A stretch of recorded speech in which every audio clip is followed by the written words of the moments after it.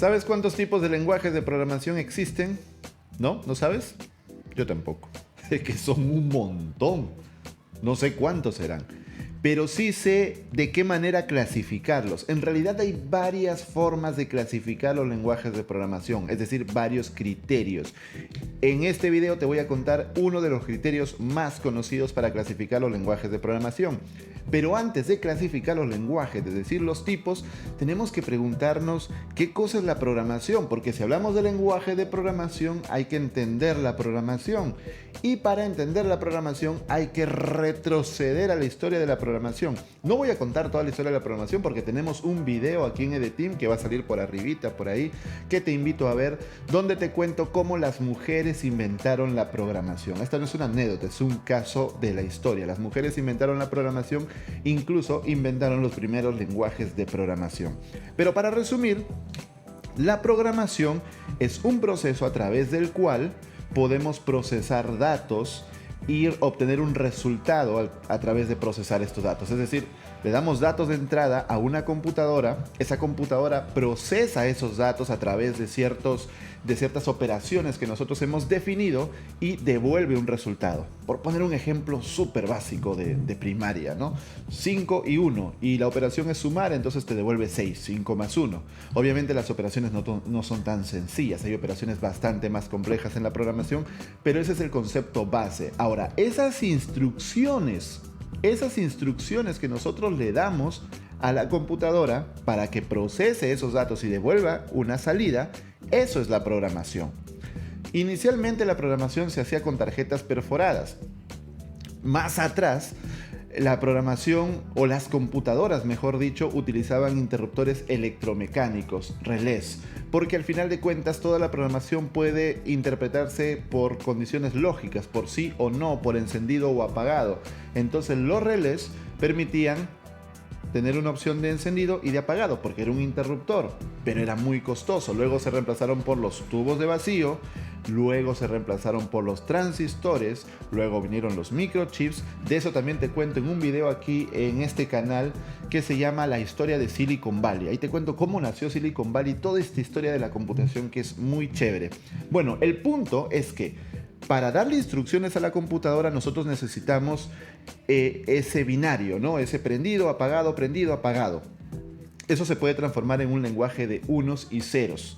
Pero en resumidas cuentas, eso es programar, darle a la computadora esas instrucciones para que procese los datos. Inicialmente la programación era con tarjetas perforadas, como ya dije, o también poniendo cables, como las operadoras telefónicas sacaban un cable de un punto y lo ponían en otro, es decir, ir conmutando cables. Eso era la programación, ir cambiando piezas del lugar, ir cableando.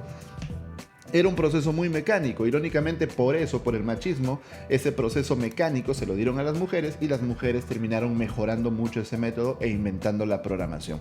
Por ahí va a salir el video para que lo veas y conozcas en detalle esta historia. Bueno, entonces, un lenguaje de programación, ¿qué vendría a ser? Ya sabemos qué es la programación, ¿no? Esas instrucciones que le damos a la computadora. Pero, ¿qué sería un lenguaje de programación entonces? Bueno, la analogía más fácil que tenemos en nuestra mente es con un lenguaje humano: inglés, español, francés, portugués, ¿no? O sea, nos podemos comunicar siempre y cuando las dos personas sepamos el mismo idioma. Entonces, un lenguaje de programación de alguna manera es una especie de idioma para poder darle esas instrucciones a la computadora. Ahora bien, la computadora no entiende inglés, no entiende if es una palabra en inglés, while, do, function, no entiende esas palabras en inglés, no es un ser humano para entender inglés. Entonces, ¿cómo creamos un lenguaje de programación? ¿Cómo le hablamos a la computadora? ¿Cómo dejamos de meter tarjetas perforadas o código binario o cableado para usar un lenguaje? Eso se lo debemos a Grace Hopper. Esta mujer es una de las personas más importantes en la historia de la computación porque fue la que creó el primer compilador. ¿Qué cosa es un compilador? Bueno, es algo que traduce un lenguaje a otro lenguaje, en pocas palabras. Pero para no adelantarnos, en los tiempos en que se programaba con tarjetas perforadas y cableando, Grace Hopper estaba cansada, aburrida. Ella misma dijo: yo era muy ociosa, muy vaga y se me ocurrió una manera de simplificar mi trabajo. Entonces ella decía: ¿por qué las computadoras no pueden entender inglés? Y la gente se burlaba de ella, le decían: oye, ¿Estás hablando en serio? ¿Las computadoras aprender inglés? ¿Cómo van a entender inglés? No son personas. Pero ella se obsesionó en darle instrucciones a las computadoras en inglés, es decir, de una forma que la gente pueda entender, y creó el primer compilador. Es decir, ella podía escribir instrucciones en inglés, en un lenguaje que la gente pueda entender, y el compilador se encargaba de procesar este lenguaje en inglés y convertirlo en código de máquina, en código ya que la computadora sea capaz de entender. Y ahí tenemos el primer lenguaje de programación, o los primeros lenguajes de programación, que fueron COBOL y Fortran, cuyas comisiones presidía Grace Hopper. En este punto ya entiendes que las computadoras no entienden inglés, entonces de alguna manera hay que traducir el inglés al lenguaje de máquina, al lenguaje de computadora, y que Grace Hopper creó ese primer traductor llamado compilador. Entonces el primer tipo de lenguajes para esta clasificación es el lenguaje compilado. Es aquel lenguaje que tú escribes el código, tiene que pasar por un compilador que lo traduzca a código de máquina. Y ese código de máquina ya traducido, eso es lo que se lleva a la computadora, que se va a encargar de procesar esas instrucciones. Entonces fíjate este gráfico, el programador escribe el código, ese código debe ser compilado. ¿Quién lo compila? El programador. Él lo compila, no la computadora. Es decir, lo compila en su propia computadora el programador. Estás programando en tu laptop, en tu computadora personal, y tú mismo lo compilas. De ahí viene el clásico chiste de que no compila, porque en el proceso de compilación el compilador también es capaz de detectar si hay errores, entonces no te deja compilar y tú tienes que buscar el error, y etcétera, y etcétera. El punto es que cuando tú compilas, creas ya un paquetito de código máquina, y ese código máquina o binario, que no es lo mismo, ya habría que hacer otro video para explicar la diferencia entre código máquina y binario, pero son muy parecidos, ¿no? Pero no son exactamente lo mismo. El punto es que después de la compilación te devuelve un código máquina, y ese código máquina ya lo pones en la computadora que va a ejecutar las instrucciones. Y como es código máquina, obviamente la computadora lo entiende sin ningún problema, porque ya está en su idioma. Esos son los lenguajes compilados, son los primeros lenguajes que han existido históricamente, por obvias razones, ya te conté. Y aquí ya te pongo 3 ejemplos: C#, C++ y Go. De los 3 puedes aprender Go en EDTeam, y los otros 2 los vas a poder aprender pronto. Estamos buscando profesores buenos en estos otros 2 lenguajes. Pero si quieres aprender Go, ve a ed.team/cursos/Go. Es un lenguaje muy poderoso, es un lenguaje compilado, y que su compilación, como ya te dije, devuelve código máquina. Es decir, ese código máquina lo pones en el servidor y corre a una velocidad sorprendente, porque es código máquina. El siguiente tipo de lenguaje es el lenguaje interpretado. Y si ves este gráfico, es un poquito diferente. Mira, ya no tenemos este compilador por aquí afuera. Ahora es como si estuviera dentro de la computadora que ejecuta el código. Es decir, el programador escribe el código y de frente lo manda a la máquina. Ya no le importa si compila, si no compila, lo manda a la máquina. La máquina tiene un lenguaje, o un programa llamado intérprete. No es lo mismo que compilador. Intérprete. Este intérprete traduce el código y lo convierte al lenguaje de máquina. O sea, hace lo mismo que el compilador. Entonces, ¿cuál es la diferencia? La diferencia es que el intérprete lo hace en tiempo de ejecución. Es decir, cuando ejecutas el programa, en ese preciso momento el intérprete se pone a procesar y traducir el código en el lenguaje de programación al código máquina. En ese momento, si no hay ninguna petición, ninguna solicitud, si no enciendes el programa, no hace nada. Mientras que en el lenguaje compilado, el programador debe compilar y el compilado llevarlo a la máquina. Tiene sus ventajas y sus desventajas. La ventaja del lenguaje interpretado es que para el desarrollador es bastante más rápido, porque él no tiene que compilar, él simplemente escribe el código y lo manda. Ya está. La desventaja es que, como te habrás dado cuenta, en tiempo real, en tiempo de ejecución, se está compilando, bueno, el término correcto es interpretando, ¿no? Pero se está interpretando el código en tiempo real, por lo tanto es más lento. Es mucho más rápido compilarlo antes, mandarlo ya en código máquina y la máquina lo entiende, pero en ese preciso momento lo está traduciendo mientras se ejecuta. Entonces es un poquito más lento, aunque se ha avanzado bastante en este campo y los lenguajes interpretados hoy por hoy son bastante veloces.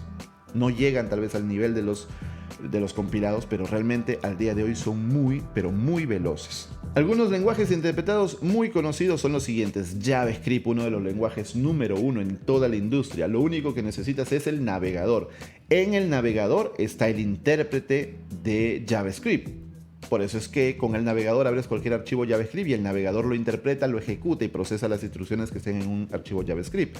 En el servidor existe un entorno llamado Node.js que tiene el mismo motor de JavaScript del navegador y entonces en el servidor también interpreta JavaScript, pero es un lenguaje interpretado. PHP, uno de los viejos clásicos de la industria web, es también un lenguaje interpretado. Tú debes saberlo si trabajas con PHP o has trabajado con PHP, que debes tener instalado PHP en el servidor. Si no tienes instalado PHP en el servidor, pues ¿cómo se interpreta? ¿Cómo lo maneja el servidor?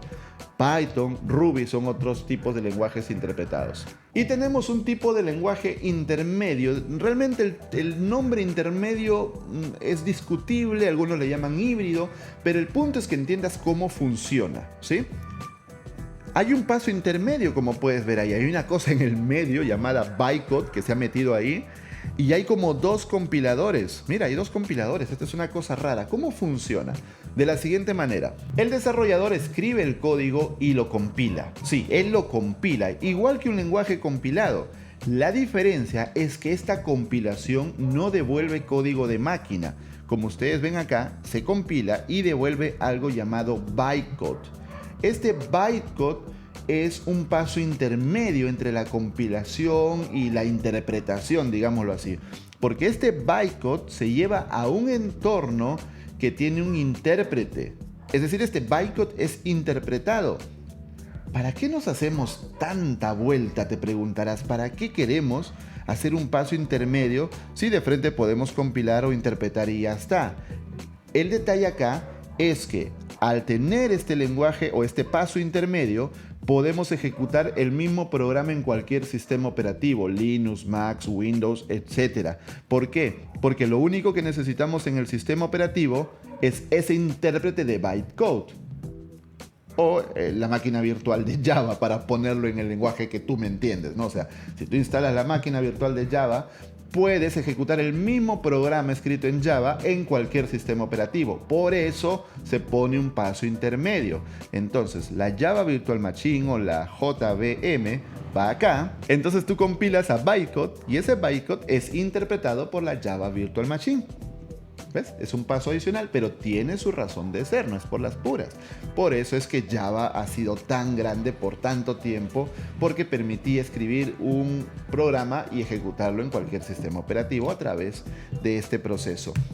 Obviamente ya te dije cuál es el lenguaje principal, es Java, y también hay otros lenguajes a los que se les llama también JVM Language o lenguajes JVM o lenguajes Java Virtual Machine, es decir, que dependen de la Java Virtual Machine. Por ejemplo, Kotlin. La gente decía, con Kotlin Java se va a morir, pero es completamente tonto porque Kotlin depende de la Java Virtual Machine. Kotlin es un lenguaje que compila a bytecode y ese bytecode es leído por la Java Virtual Machine. Entonces, no se puede morir Java porque se moriría Kotlin también. Obviamente no se va a morir Java porque es muy poderoso, pero bueno, respondiendo a la gente que creía que Kotlin iba a matar a Java. Scala también es un lenguaje JVM, es decir, que depende de la Java Virtual Machine para funcionar. Y esos son los tipos de lenguajes de programación. Hay otros criterios, por ejemplo, el lenguaje declarativo, imperativo, según el paradigma, o según si es de alto nivel o de bajo nivel, pero dejo eso para futuros videos. Para no ser muy largo mira, hemos resumido todo esto que te he contado en esa infografía, que te voy a dejar el link por abajo en la descripción para que también vayas y descargues la infografía y la tengas ahí en tus archivos. Además, quiero contarte que si quieres aprender a programar o quieres ser mejor programador del que ya eres, te invito a visitarnos en ede.team. Tenemos un montón de cursos de programación y casi que todos los cursos o todos los lenguajes, que has visto en este video los puedes aprender en EdeTeam. Entra ya mismo a ede.team para convertirte en programador o ser un mejor programador del que ya eres.